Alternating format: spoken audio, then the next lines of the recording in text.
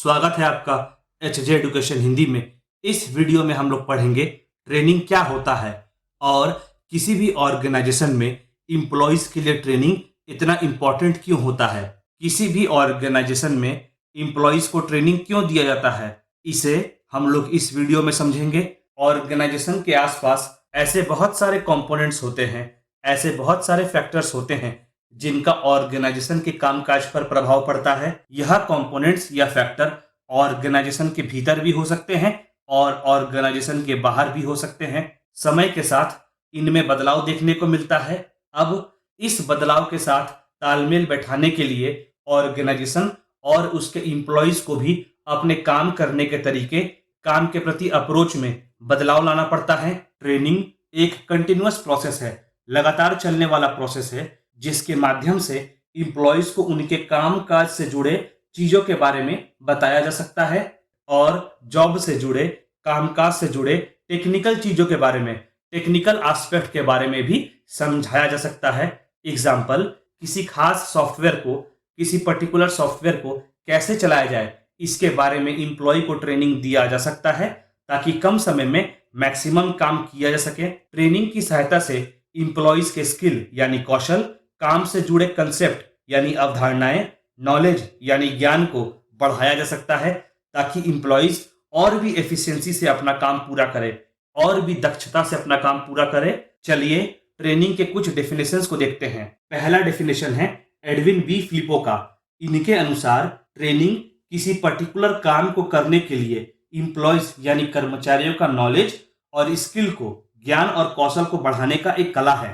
कहने का मतलब हुआ, ट्रेनिंग की सहायता से इम्प्लॉयज का स्किल और नॉलेज, कौशल और ज्ञान को बढ़ाया जा सकता है। फुलर और फेरिंगटन की माने ट्रेनिंग लोगों के स्किल और नॉलेज, कौशल और ज्ञान को बढ़ाने के लिए डिजाइन किया जाता है। चलिए अगले डेफिनेशन की ओर चलते हैं।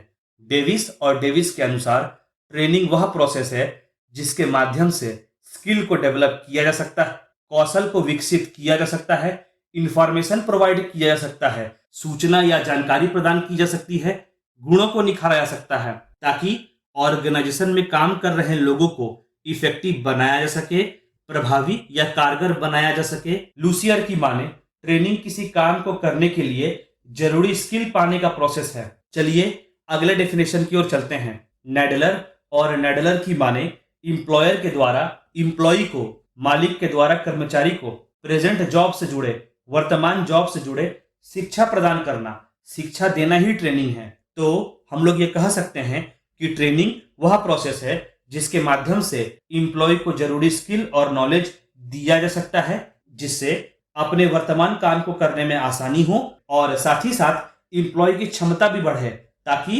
इंप्लॉय और अच्छे से अपना काम पूरा कर सके और एफिशिएंसी के साथ अपना काम पूरा कर सके।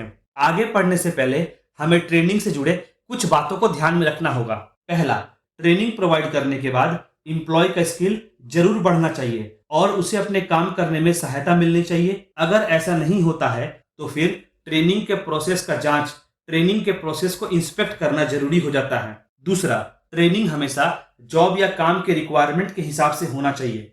अगर ट्रेनिंग जॉब या काम के हिसाब से नहीं है, जॉब या काम के रिक्वायरमेंट्स को मैच नहीं करता, तो फिर उस ट्रेनिंग का कुछ खासा फायदा नहीं रह जाता है। तीसरा, ट्रेनिंग इतना फ्लेक्सिबल होना चाहिए जिसमें सारे एम्प्लॉयज आसानी से हिस्सा ले सके और ट्रेनिंग से आसानी से सीख सकें। चलिए आगे बढ़ते हैं और ट्रेनिंग के इंपॉर्टेंस को पढ़ते हैं। एम्प्लॉयज को जब जरूरी ट्रेनिंग दी जाती है तो एम्प्लॉयज का परफॉर्मेंस तो इंक्रीज होता ही है, साथ ही साथ ऑर्गेनाइजेशन को लाभ भी मिलता है, ऑर्गेनाइजेशन का फायदा भी होता है। चलिए एक एक कर ट्रेनिंग के इंपॉर्टेंस को समझते हैं। चलिए एक एक कर ट्रेनिंग के इंपॉर्टेंस को पढ़ते हैं। दूसरे शब्दों में चलिए जानते हैं कि ऑर्गेनाइजेशन में इंप्लॉयज को ट्रेनिंग क्यों दिया जाता है। पहला, improvement in skill and knowledge, कौशल और ज्ञान में सुधार। प्रॉपर ट्रेनिंग की सहायता से इंप्लॉयज को अपने स्किल और नॉलेज को इंप्रूव करने में, सुधार करने में आसानी होती है, जिससे इंप्लॉयज की एफिशिएंसी तो बढ़ती है, साथ ही साथ इंप्लॉयज बदलते परिस्थिति, बदलते सिचुएशन के हिसाब से भी ढल पाते हैं। दूसरा इंपॉर्टेंस, दूसरा महत्व है हेल्पिंग न्यू कमर, नए इंप्लॉयज को हेल्प करना। जब कोई नया इंप्लॉय ऑर्गेनाइजेशन में ज्वाइन करता है तो उसे वहां के तौर तरीके, काम करने का ढंग, काम करने का तरीका आदि के बारे में पता नहीं होता। यहाँ पर ट्रेनिंग काम में आता है। नए इंप्लॉइज को ट्रेनिंग देकर उसे ऑर्गेनाइजेशन में काम करने के तरीकों के बारे में, ऑर्गेनाइजेशन के कल्चर के बारे में बताया जा सकता है, जिससे ऑर्गेनाइजेशन में उसे एडजस्ट करने में आसानी होती है। अगला इंपॉर्टेंस है प्रिपेयरिंग फॉर हायर पोस्ट, ऊंचे पद के लिए तैयार करना। जब इंप्लॉय को वर्तमान पोस्ट से ऊंचे पोस्ट में प्रमोट किया जाता है तो इंप्लॉय के पास हायर पोस्ट के अनुसार नॉलेज और स्किल होना जरूरी होता है, तभी वह अच्छे से काम कर पाएगा। तब इंप्लॉय को ट्रेनिंग प्रोवाइड की जाती है ताकि हायर पोस्ट के अनुसार स्किल और नॉलेज, कौशल और ज्ञान इंप्लॉय हासिल कर सके, इंप्लॉय प्राप्त कर सके। अगला पॉइंट है डेवलपिंग सेंस ऑफ बिलोंगिंगनेस, अपनेपन की भावना विकसित करना, डेवलप करना।